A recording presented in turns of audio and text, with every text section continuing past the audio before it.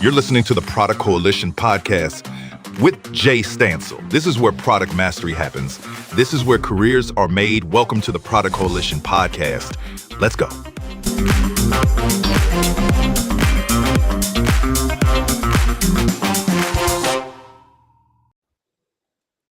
Welcome back to the show, everyone. I'm Jay Stansell, and today I'm genuinely excited because I'm doing something I rarely get to do on this show, and that is welcoming a guest back for a second time. Dave West is the CEO and product owner of Scrum.org. Before that, he was Chief Product Officer at TaskTop, Mick Kirsten's company that was acquired by PlanView in 2022. And before that, a research director at Forrester covering software and product development. Now, last time Dave was here, we talked about the Agile product operating model, how organizations can bridge the gap between Scrum and true product alignment. That conversation hit a nerve. Now, this time, Dave is back with something even more immediate. It's about how AI is becoming a genuine teammate for product managers and product owners, not a replacement, not a buzzword, but a working partner. And here is why this matters right now. There are millions of people practicing Scrum globally, and almost all of them are being asked the same question by their leadership. What are you doing with AI? Dave has been researching this directly at Scrum.org. So we're going to dig into three real threads today. First, what does AI as a teammate look like in practice when you're a PM or PO? Second, where is the line between what AI can do brilliantly and what still requires a human being in the room? And third, how does this change the way product teams organize and make decisions? Dave, it's brilliant to have you back. I'm excited for today's session. And from a human to human, I'm excited to get into a no AI, mixing up our words or preparing anything for us. And we're just going to talk through AI as a teammate, as two good humans should do. That's right. Thank you for inviting me, Jay. It's great to be back. Absolute pleasure, Dave. Now, I think it's almost a couple of years since we last spoke. Obviously, There's been an explosion of AI-based tools across the world. Last time we spoke, it was, as I mentioned, around the Agile operating model. 2 years have passed. Before we go into the details of AI as a partner, what's been happening in your world for the last couple of years as all of this has exploded around us? It's funny you should ask. So we were talking about the Agile product operating model when we last spoke, about how organizations that were traditionally not aligned to product were becoming more product centric. It was definitely the wave after Agile transformation. They were like trying to move away from projects to product, to this different operating model. So I was talking to a lot of those organizations, and suddenly our conversation kind of took a right-hand turn. They said AI. I was like, okay. They were like, well, we've got to build everything with AI. We've got to lay off a third of our workforce and then build everything with AI. What does this mean? So that led me, because all these customers were doing it, all these companies were doing it, towards really trying to understand what is the impact of AI on those organizations. It's obviously changing the bottlenecks. It's changing the constraints on product delivery. If you've used Codex or you've used Claude Code, you know that you can build fabulous apps very quickly and incredibly effectively. But what about consumption? What about choices? What about governance? All of these things, how are they responding? So that's really where our research has been taking us. And where does Scrum feature? Scrum was very much created in a world where getting working product was incredibly hard. Building working product is easy now. Now, building working product that's legal, building working product that fulfills customers' need, building working product that doesn't go wrong in the middle of the night, building working product that is unhackable or secure, that's still incredibly hard, but getting to done is relatively easy. So where's Scrum going? And that's a question that obviously I've spent the last 18 months since we last talked, spent a lot of that time thinking about that. Dave, what I find interesting about talking to you, I know you speak to much more than just product managers or product owners. I know you're out there interfacing with CTOs, CFOs, CEOs as well. AI has become such a relevant and powerful tool for so many professionals. Um, Based on your observations, why has that happened over the last couple of years since we last spoke, do you think?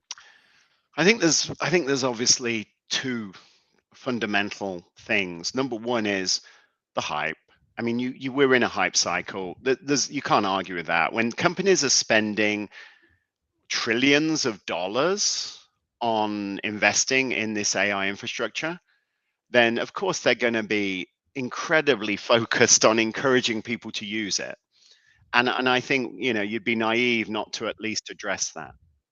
But I do believe, so the second thing is really, I do believe that AI is going to be almost as fundamental as the printing press. Obviously, the printing press, came out of Germany, I think, Jay, in the, what was it, the 1500s or something. And it was the ability for effectively to print stuff. So it went from people handwriting to people being able to mass produce information. And that fundamentally changed, particularly European society. And you could argue the Reformation, the Age of Enlightenment, loads of wars, the guillotine, which we don't want to talk about, Le Miserable.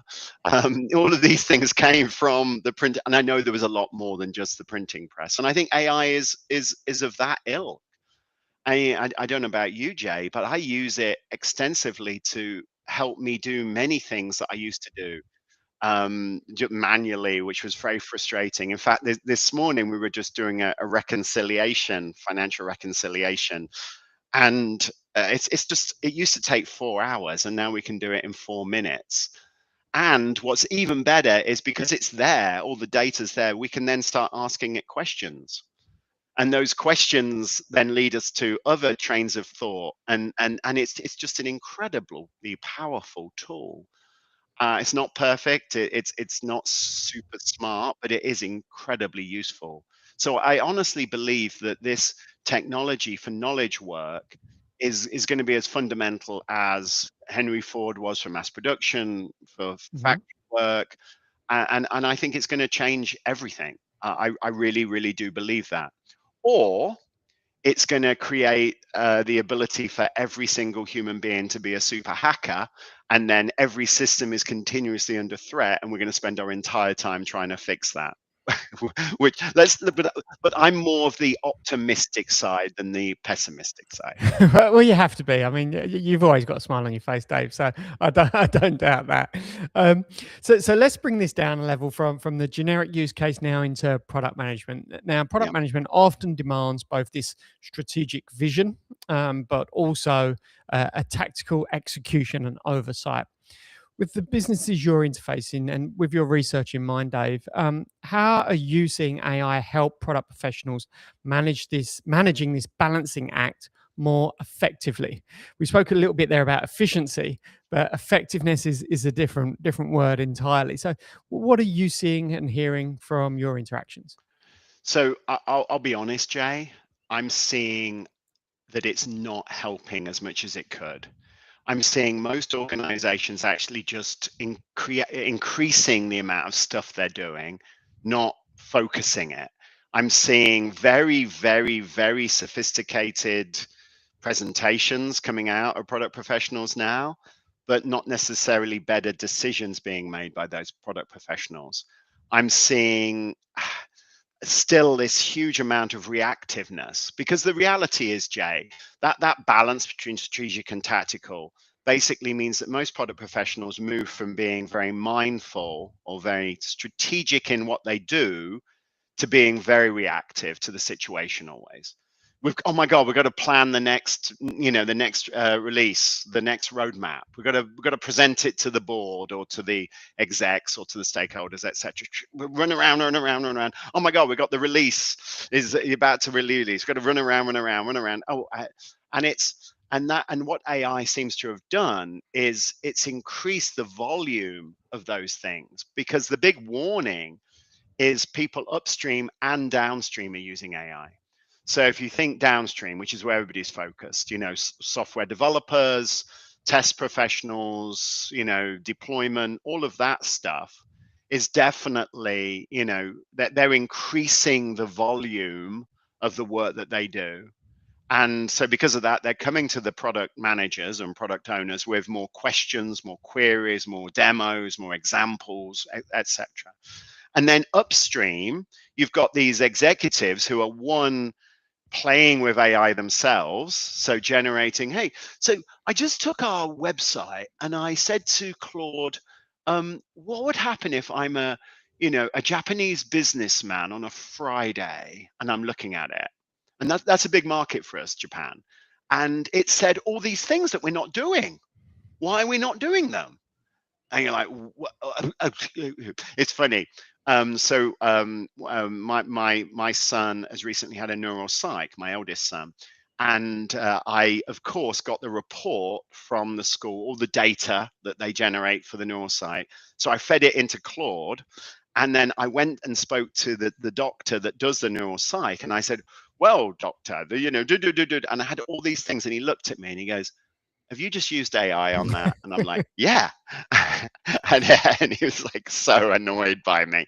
And I became the most annoying customer in the world. And that's what's happening to product professionals. You've got executives going, all of this. You've got downstream going, you're like, so it's actually making it really hard for a product professional, product manager, product owner, whatever they're called, to manage this strategic vision to tactical execution, because noise has increased on both sides massively.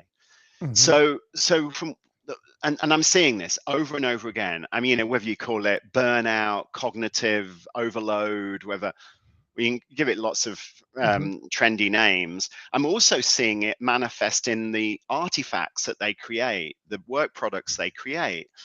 They look fabulous, but when you push them, you just haven't actually spent the time with it. You're presenting, so this is our next, 6-month plan. These are our key milestones. And Claude's done it. And so when I say, hey, so why are we doing that? They go, because, and it's much harder for them. So I think it's a real challenge. And I think that what product professionals need to do is take control again, which is, don't get overloaded. Start having a boring, systematic plan, managing what the priorities are on what the most valuable thing is, responding to that executive saying, that's awesome, that's great, but let's just put that pin in that and come back to it, because this is our current focus. These are the goals that you set. And I think you almost have to sort of take control again. And I think that's a real concern, I think, for most product professionals. Yeah, and I imagine it's hard for some executives on how to frame that, that they know they need to be leaning into AI, either from a shareholder perspective or an investor perspective, and driving productivity gains typically in the first instance, but at the same time, don't want to just create the slop that gets thrown around. And I think that the thing with the slop is that it's externally you're going to get critiqued on it. People will call you out on it publicly on social media or whatever. Internally, people hold back because there's political capital at stake. So it gets passed around, and it's almost this thing that isn't necessarily spoken about. And to your point, Dave, I feel that the organizations that are revisiting their values and their principles of how they operate and reinforcing what those should be for this new world, not necessarily keeping them to what they were, but revisiting them, are the ones that are going to really learn to leverage AI and not regret it. I feel that there's a lot of AI out there. The analogy I use, funny enough, with my family, is it feels like we're having a MySpace moment. We're all going to look back in 20 years where we all had a MySpace page. Some of us had more regrettable MySpace pages than others that were old enough to be around when MySpace was around. And I think we're going to look back and see a bit of a MySpace moment here, where there's some stuff that's out there on the internet. Some of our digital footprints are not quite as tidy as we wish they could have been when we look back in hindsight, to your point, because the ease of doing it versus some of the core principles of why should I be doing it are not quite found their balance yet. With that in mind, Dave, and you mentioned about your son, which there's nothing more important than the future of a child. Empathy and context are obviously two of the big things that AI really struggles with. That empathetic understanding, I don't just necessarily mean for a person, but for an organization's culture, for a communication culture, for a founder's story, for a mission and a vision of a company. Having empathy for all of that is one thing. And then also trying to compress that could be weeks, months, or decades of history into a context window that essentially, to use an analogy, might need to fit on a floppy disk is quite hard for them to AI to do a good job. It's a bit like, for me, I think hiring someone and then day one asking them to set the new strategy for your product roadmap. Yeah. So with that in mind, Dave, with AI and empathy typically being the product owner's superpower, why can't AI replicate that from your perspective? So I don't know if it can, honestly, Jay, but what you said was really interesting.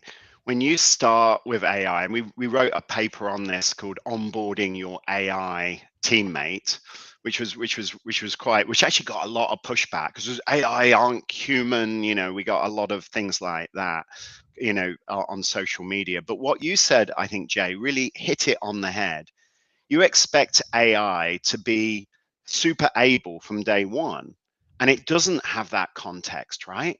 It doesn't have that experience. It doesn't have that knowledge that you've accumulated over 5 years, 10 years, all those social cues from those meetings with stakeholders. Remember those where you go in and say, see, I think the product should do X, Y, Z. And they said yes, but 3 of them, because of the way they sat, because of their position, because of their lack of engagement, weren't actually bought into it.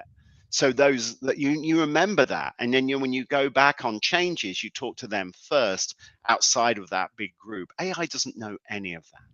So I think over time, ultimately, you can start helping AI help you make better choices. You can ask it to remind you of things. You can ask it to highlight things that are important. But to do that, you have to start taking a much more systematic approach to context. They talk about product managers and product owners owning context and building up context and managing context for their products.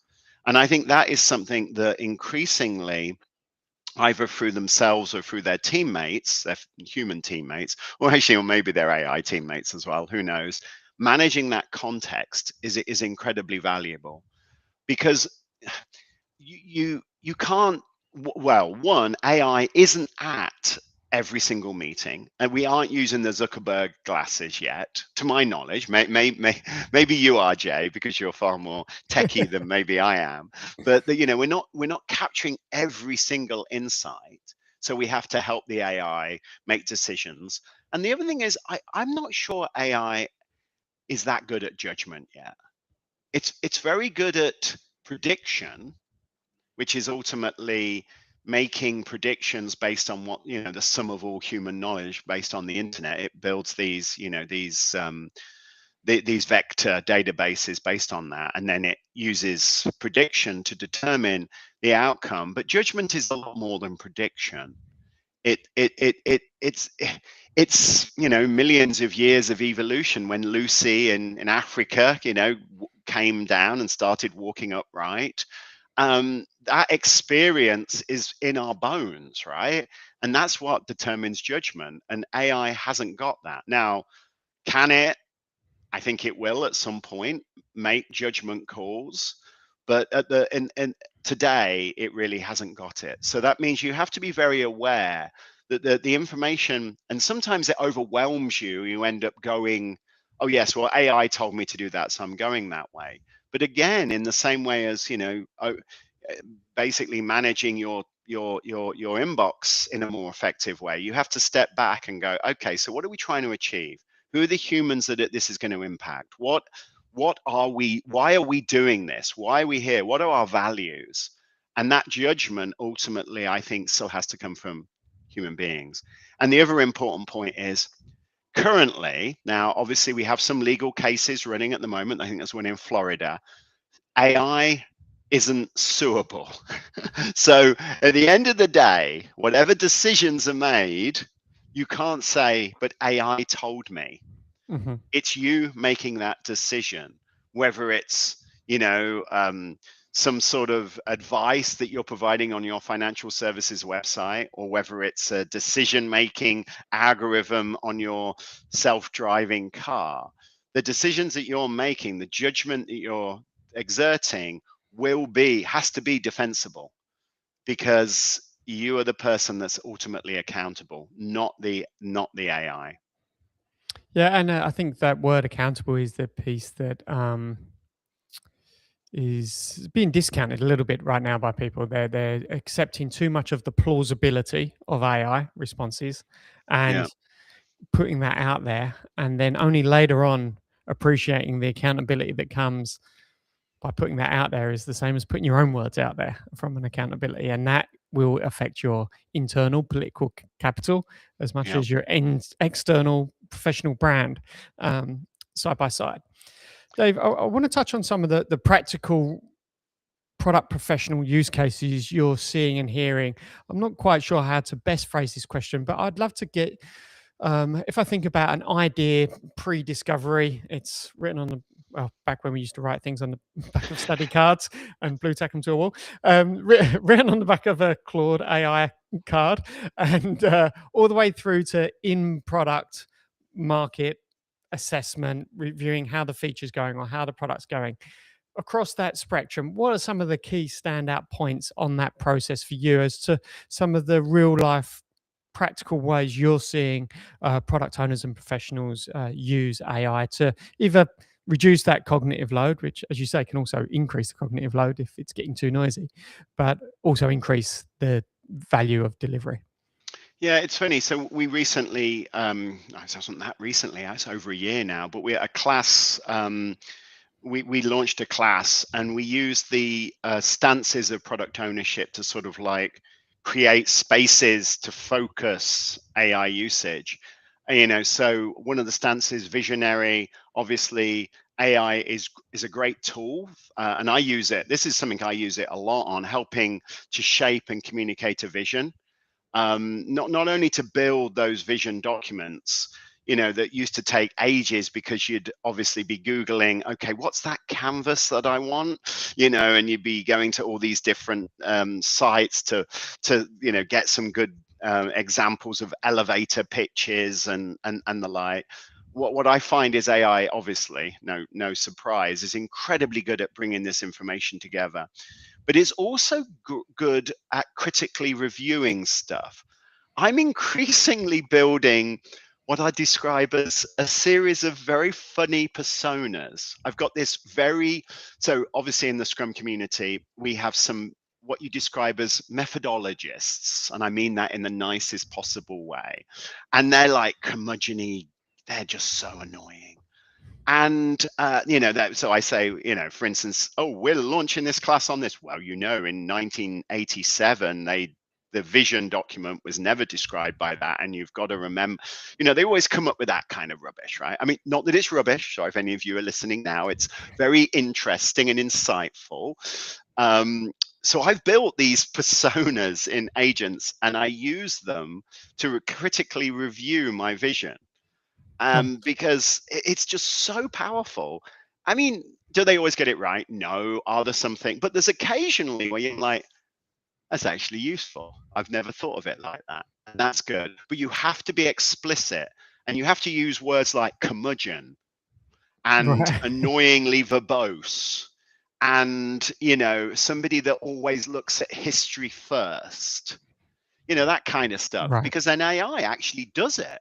And it's Mm-hmm. just like, oh my God, golly gosh. Then the other thing that I find in the vision space is, obviously, we've always traditionally taken a vision and presented it, PowerPoint, or that kind of stuff. Sometimes you've used a whiteboard. Obviously, if you're at Amazon, you have to write it on a sheet of paper. But you've always presented it in one media. Now we all know, and I'm dyslexic, so I consume information in quite a different way from perhaps you, Jay. You know, I find visuals are very good, diagrams are awesome. That's how I consume. Music is handy. Anyway, not going that far, but so using different tools to present the vision in different media and different format can really present it to people in different ways. The other great thing is, like, for instance, we have a regular internal podcast on vision, using Notepad LM and stuff like that. So people, when they're walking or doing their exercise, can listen to it instead of people having to go to a presentation. So that's just an example, and that's the vision stance, or the visionary stance. The other thing that's really interesting, though, and I think perhaps, and this is something that's going to grow massively. I don't know, Jay, if you've ever worked with real-time embedded systems development, people that are building rockets and people that are building, cars and all this stuff. They do simulation because it's incredibly expensive to launch a rocket, right? So they do simulation. And they're very focused on this. In fact, I was talking to a Formula One team, which I spent most of my time just dribbling because I was like, this is so exciting. I was chatting to them, yeah, because they are so cool.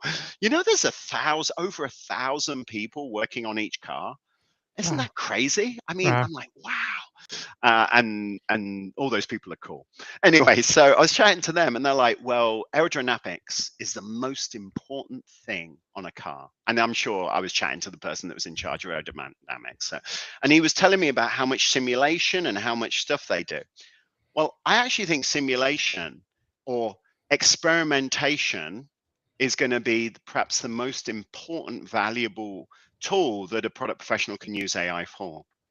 So we use Salesforce Marketing Cloud. I'm sure many of you do.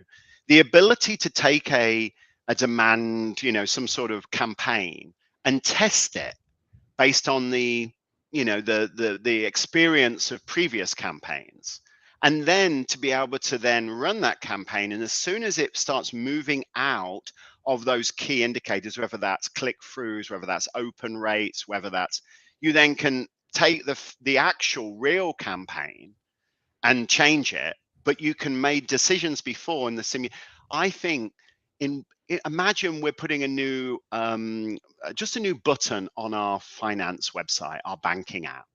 We can simulate based on how other people have used it, what will happen next, and then we can make better choices based on that. And then when we execute, when we deploy it, we can do A, B, C, D, E, F, G, testing on it, compare that with and see which thread of the simulation we're going to. I think simulation is going to become a lot more mainstream. It's going to move just, not just for physical systems like rocket ships or Formula One cars, but also to actually, human systems, like whether people are clicking on, pages on your app, etc. So I think experimentation, yes, we're using vibe coding now to do demos, to experiment with ideas and to get feedback. But imagine experimentation taken to that next level, where you actually, before you take it to a real human being who is bandwidth constrained, you test it in this virtual environment. And yes, the more philosophical of us may say maybe we're a simulation, and this is just a virtual environment where somebody's testing some ideas.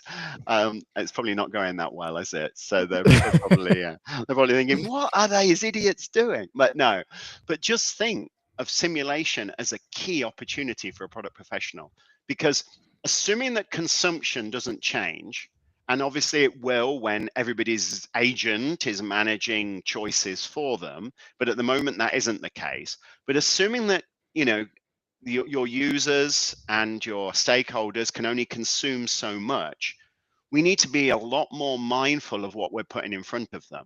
So that means that tools like simulation, sort of like vibe coding on steroids, is definitely the new frontier for product professionals. And for myself, Dave, that That really excites me. So what's funny is, funny enough, I was at the American consulate recently getting a visa. And one of the questions is, what is it about you that makes you special? I said, well, back in 2016, 17, I spent about 3-4 months completing my Microsoft certification in artificial intelligence. And for pretty much the last 8 years since then, that followed that, no one really cared about that. And only in the last 2-3 years, obviously, that's become a very interesting tool and skill for me to bring to the industry. But what you're talking about to me is what classical machine learning is all about. It's about classification models, regression models, it's Yeah. about statistics, it's about algorithms. And where I find that so many product managers are caught up, they're caught up in so much of the how do I get this thing to write words for me, instead of how do I get this thing to run proven models. And some of these models might go back 30 years in computer science that are still the go-to model for forecasting or predicting a change or an outcome. And it's so overlooked, but it's Yeah. so accessible. Any product manager could go and ask their AI to consume a model, which historically used to require a data scientist that was very Not expensive. anymore. And there weren't many of them around because they all had to have PhDs and pay off their PhDs, which made them expensive. And then the tech stack that they needed to run their Python scripts and their large data sets on was incredibly expensive. And now everyone's got access to anywhere from $500,000 to $1 million worth of data science, research, and engineering tools, all locked in within their LLMs that could go and run Python-based models for this quantitative analysis. And so few people are doing that. Instead, they're using it to rewrite their LinkedIn headline or to produce their OKR report. And, yes, some of that is freeing up your time. But what are you doing to take advantage of those incredible technologies around machine learning that have been there for decades that could truly differentiate your product? And the point that you said, Jay, that's so important is you don't have to know about this stuff.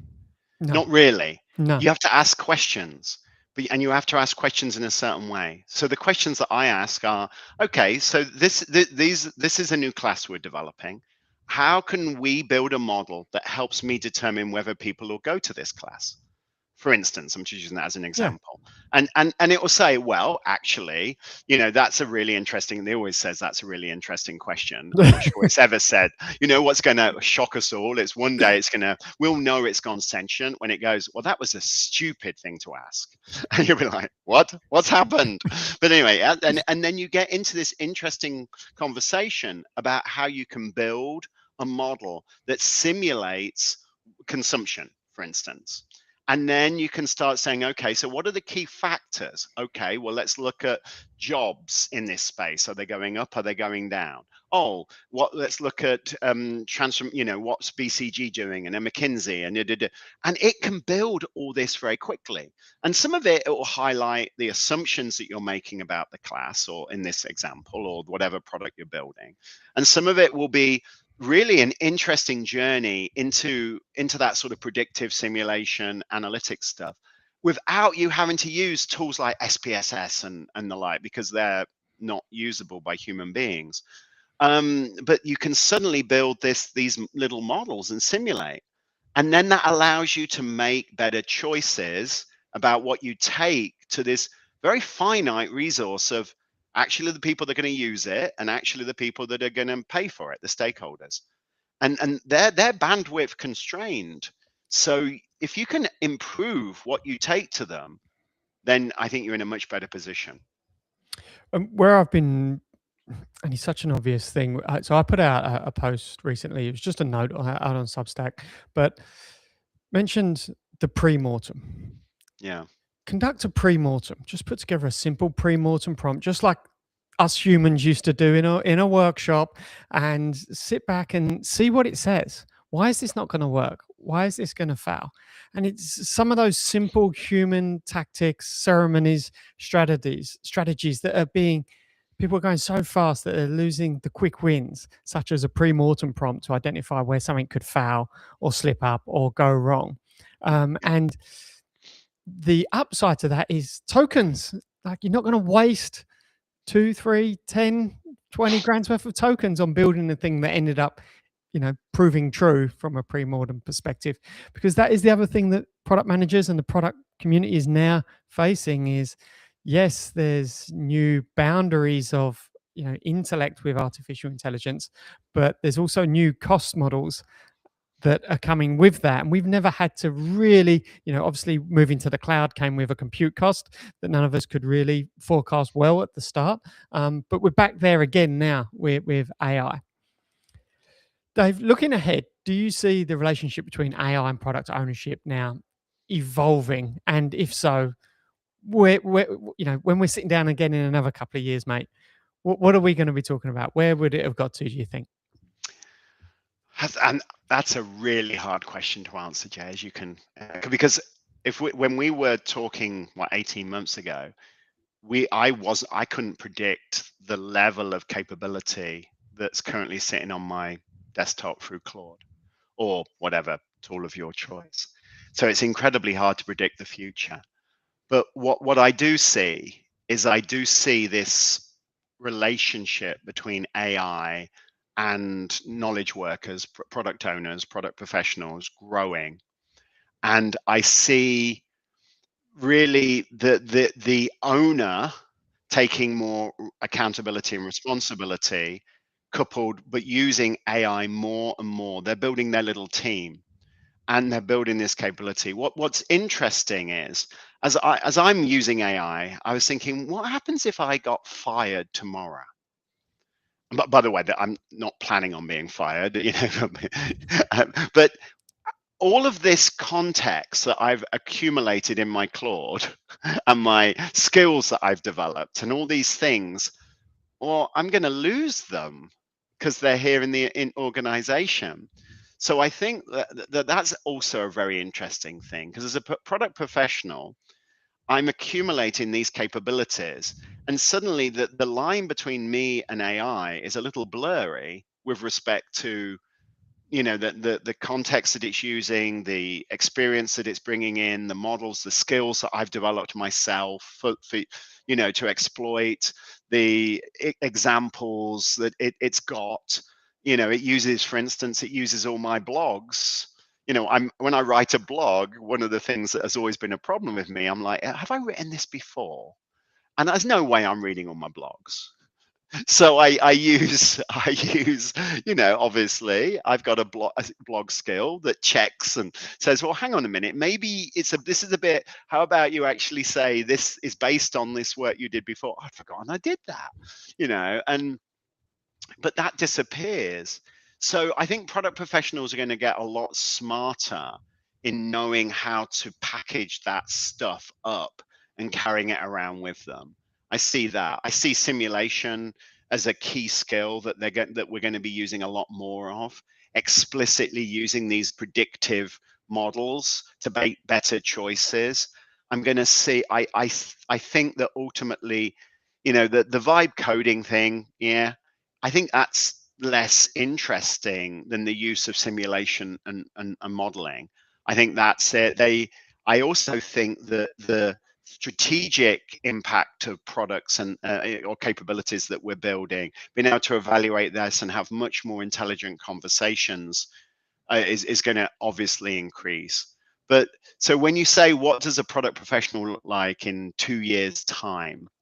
I think that you see somebody that is very capable in using the tools that AI provides to effectively deliver more value and to do it in a way that supports their skills development and their portfolio capability, and being able to sort of step back from the day-to-day and make good strategic choices about where they're spending the time. I think that's our future. Ultimately, this is an amazing tool. And, just like the printing press, basically allowed everybody to be writers instead of those few scribes. I think that this is a similar tool, but in the same way as it allowed rubbish writers to write, and it allowed Shakespeare to write and all these amazing writers to write, that those Shakespeare's it's gonna elevate them so much more than people that can't. So I think that ultimately AI is an accelerator for both good and bad. And if you're bad at your job, it's going to be even more apparent. If you're good at your job, I think you're going to be even better, in Amazing, my opinion. amazing. Dave, I'm gonna finish up. If I was a radio show host, I'd play a jingle now, and it would be called Dave's philosophical moment. I got you mentioned methodologists earlier. I got a few quick fire questions, and we'll keep them quick fire because I appreciate there's going to be lots of perspectives on this that you mentioned. My first question for you is coming back to the Agile Manifesto. Does that need a refresh for an AI world? What would be your 30-second answer on that one? Uh, yes, it probably does, but no, it won't happen. Okay. Sprints typically a couple of weeks, but velocity to move through points can be so much quicker now. Does the cadence of circling back and reviewing what we've learned and what we've delivered need to change when we're looking at an average? I mean, you would know numbers much better than me, probably of a 2-week sprint. So yes, on average, most sprints are 2 weeks, but remember the constraint is actually not because of the ability to build product, it's the ability to review product. So ultimately, if you can get your stakeholders in a room on a daily basis to review progress that you're making, you could move to daily sprints. I think that human beings still need a cadence that's consistent and ultimately gives a rhythm for the organization. So I think you still need some cadence in your organization, but it can be a lot shorter than 2 weeks. Would you say that also at a OKR or quarterly OKR level, that loop could also shorten, knowing that really OKRs were tied back to Victorian accounting practices of measuring things every 3 months? Do you foresee that could shorten as well as a loop? I think it's all about the consumption, who's Right. there, who's available. And obviously, if your product's being consumed by human beings, they take some time. I know, for instance, on my business, I can review data instantly. However, the importance of quarters is still there. Because it irons out when public holidays are, when people are going to be consuming product, when people are going to be reading stuff on the website. So I think that one thing it does allow us to do is to step back and say, why is this quarterly? Does this make sense anymore? What is the cadence of our consumers, our customers? What is the cadence of the people that are investing? Like imagine trying to get your VC, if you're, a VC funded organization, imagine getting them more than every quarter. They're very busy people, they've got golf tournaments to go to and the like. um, so I think you have to you can question these things and then you build a cadence that's right for you, but I do feel that organizations still need that cadence. Okay. And then last one for me, Dave. This one was written on the back of a napkin and no one ever really wrote it down. But the idea of a 2 pizza team being a great sized team, where are we at on that? I think it depends on the pizza. But it's funny, I was just talking to Amazon and they're going to, excuse me, a 1 pie team now. It's funny, the team size I think has still got some ironing out, because I was talking to a large bank the other day and they've reduced the number of teams, but they've increased the size of those teams just a little bit. And the reason why is because dependencies cross team are incredibly challenging to resolve, much easier to resolve into the team. So what they've done is they've brought a lot of those experts on those systems into one team. It's still smaller than, it's still only 15, 16 people. It's not 20 people. And they've got rid of 3 or 4 teams to do that. I think, though, realistically, that teams are going to shrink in size over time. But we've still got a lot of learning to do there, Jay. I think, we've got to work out exactly what skills, what competencies, and what experience we need in a team. And that's going to vary. The constraint of delivery is no longer there, but the constraint of judgment, knowledge, governance, and consumption is still there. So there's going to be some playing with that, I think. Fantastic. Dave, I really appreciate your time, your experience, your war stories from what you're seeing and hearing out there, and bringing that research from scrum.org into the podcast. Thank you so much again for joining me on the podcast. Well, thanks for inviting me, as always. It's always great to come, and hopefully we'll talk before another 18 months. But if we don't, I'll be very excited to hear what we talk about in 18 months. Yeah, we should place a bet on that and place a $5 and see where we land. Fantastic. Thank you so much, Dave. For the audience listening, thank you as well for joining myself and Dave West from scrum.org. If you'd like to learn more about Scrum, head over to scrum.org, or for Product Coalition, it's over at productcoalition.com. Until the next episode, thank you very much. And that's a wrap for today's episode of the Product Coalition podcast, hosted by Jay Stansell. Got questions or want to explore more topics? Connect with Jay on LinkedIn or join the ever-growing Product Coalition community on Substack. Thanks for listening.